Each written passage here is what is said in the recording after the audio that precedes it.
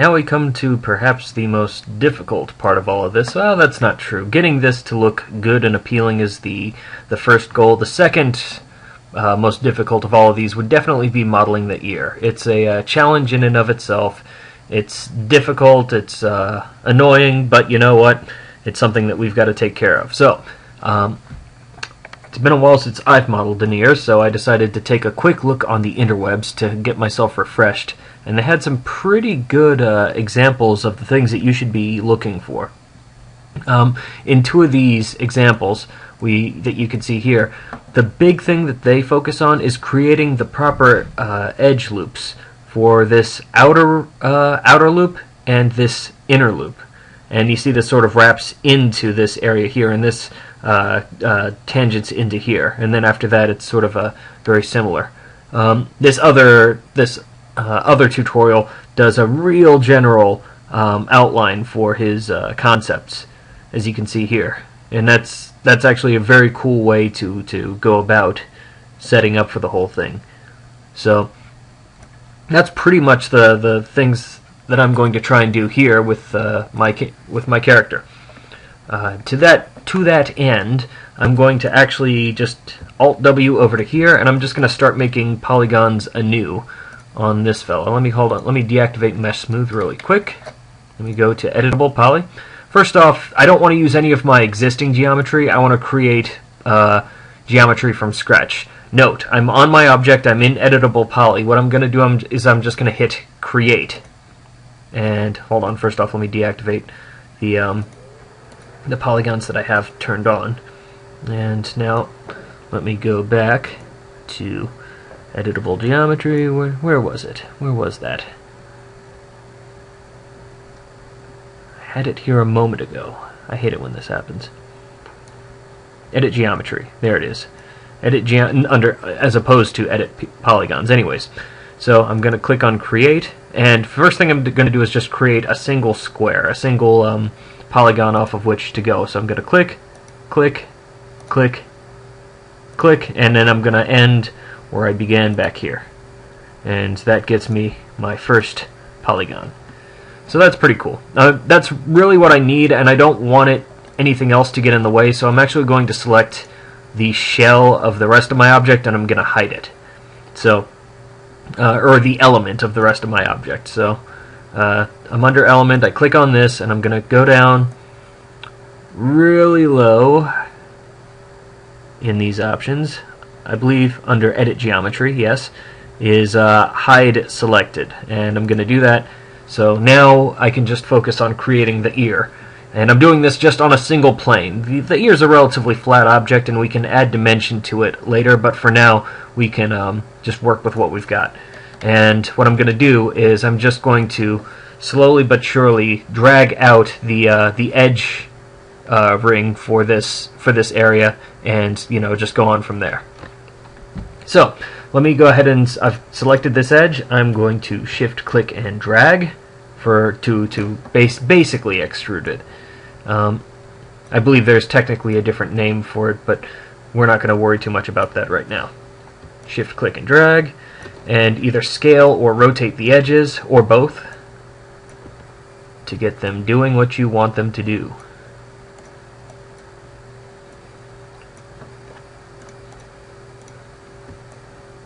And here comes the minutia. And there's going to be a lot of it this time around, because creating it is the first annoyance. The second annoyance is actually having to attach it to the head. But both of these things we must do, for we are artists. And you know what? I think I'll add a second part right here, just because it feels right to me. It feels natural.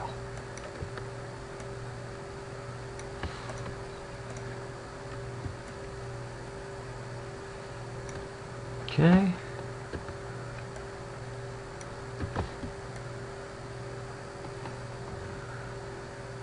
And you know what? Let's try this. I actually had to go through and do a test run of all of this previous, just to make sure that I got everything the way I wanted it. So, But this time it'll be a new attempt, and I will try new things to try and make things, well, to make it work, to make it more interesting. I'm wondering if I want this here. No, I don't.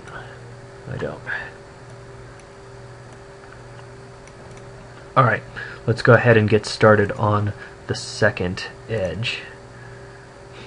This isn't going to follow exactly, or, well, it's not going to follow with my with the drawing that I've laid out here, but it should get pretty close.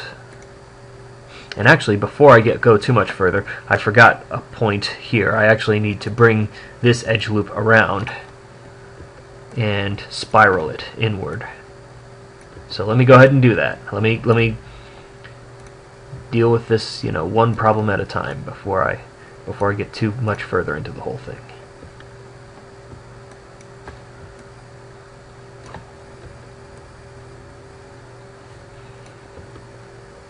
And let's see, where do I want to bury this sucker?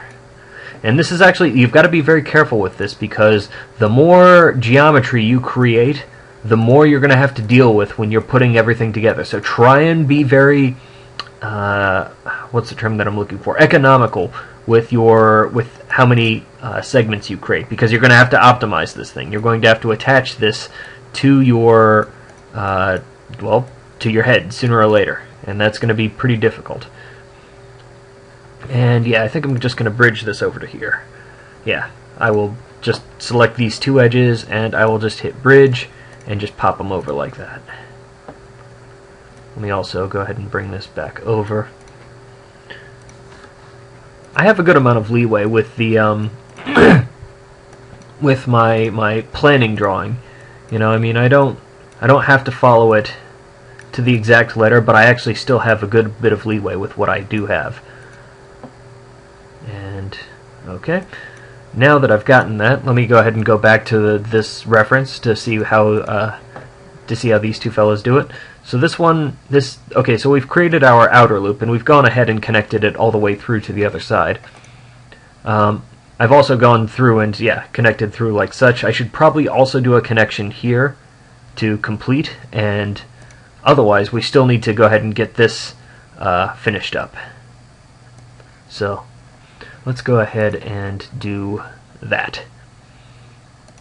So I'm thinking grab this one, and this is where it gets tricky. Oop, let me make sure that I didn't accidentally. There we go.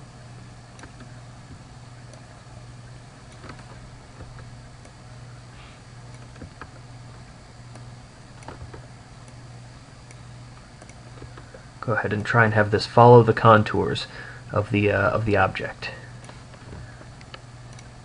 or rather of the rest of the ear.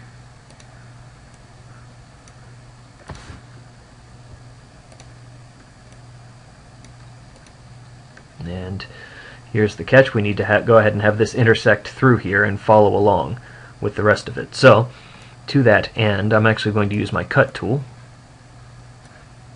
down here, and I'm going to insert new geometry. Or so I thought. Let's go ahead and try that again, except this time just in polygon mode. That'll probably give me better results. I don't know why, but being in polygon mode while using the cut tool just seems to make it work. Except that today it doesn't want to do that. Alright, I'm going into my perspective view. Alright. Let me hit F4. Let's try this one more time. There we go. Alright, now, normally I would bridge these together, but I don't want the extra polygons, so I'm actually going to go to vertices, and I'm going to target weld the vertices to one another.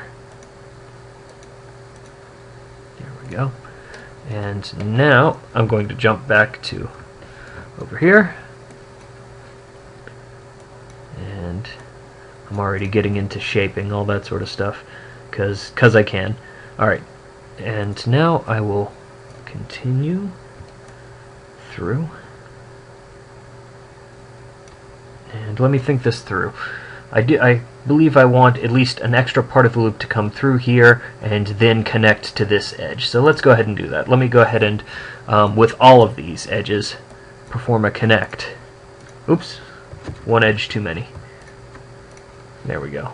Connect there. Now this edge loop can continue all the way through, and I will extrude across like such. And then I will bridge these two together. Okay, I think this will work out pretty well. Now let's go ahead and take a look at this really quick with over in my perspective view, because that'll make it a little clearer to see what things are polygons and what things are not. Okay, this part is relatively easy. I mean, I can just grab this border and I can cap it off and connect this edge with this edge, and I've got my quad structure intact. Gonna have to do something very similar here, except instead I'm just gonna grab respective edges and bridge them across. That should do it. Alright, and I can fill the gap for this one. Just grab that, cap it. This one could be a little more interesting. Let's go ahead and see. Let me just grab that, cap it for now, and let me think about this. Okay, if we just split across from here, then we should actually have plenty of geometry to quad it out, so to speak. Okay. This is actually looking pretty good, all things considered. Let's go ahead and take a look at our structure here. When I ring this, see this comes around and through like such, and this fella, when I ring it, comes around and through, and technically, I mean, it doesn't literally wrap around like the pure geometry. If I wanted to, then I suppose I could take the time to do so. But it'll for what I want to accomplish, this should work pretty well. Okay, so we've got that first ear shape. Let me go ahead and let me unhide the rest of my geometry first. Where is it? I need to go, okay, unhide all, and that brings everything back. Let me go ahead and grab this element, and let me pull it out real quick.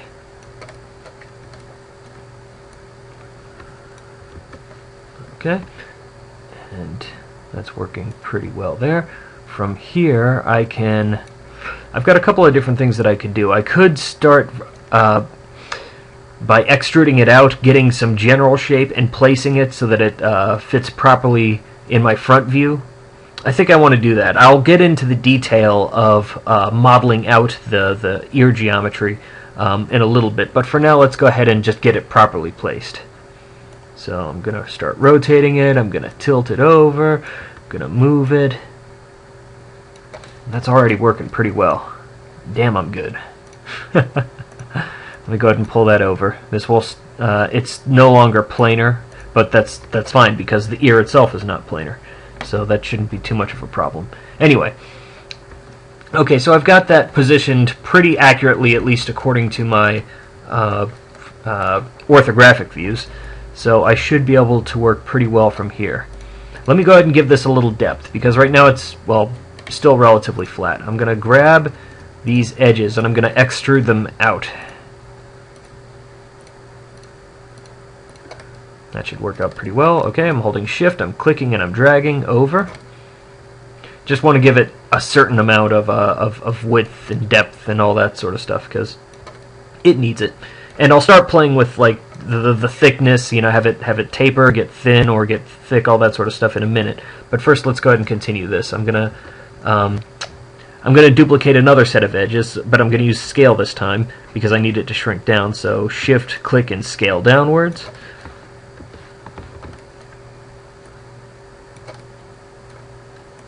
Okay, that's working pretty well.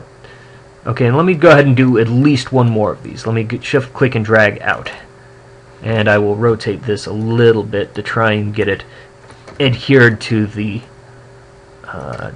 head shape as much as possible. Now this is going to be interesting because the ear's kind of sinking into the head here and there. So I might have to ignore my orthographic front view and actually pull this ear out a little more. But I'll make that call, the further along with the tutorial I go.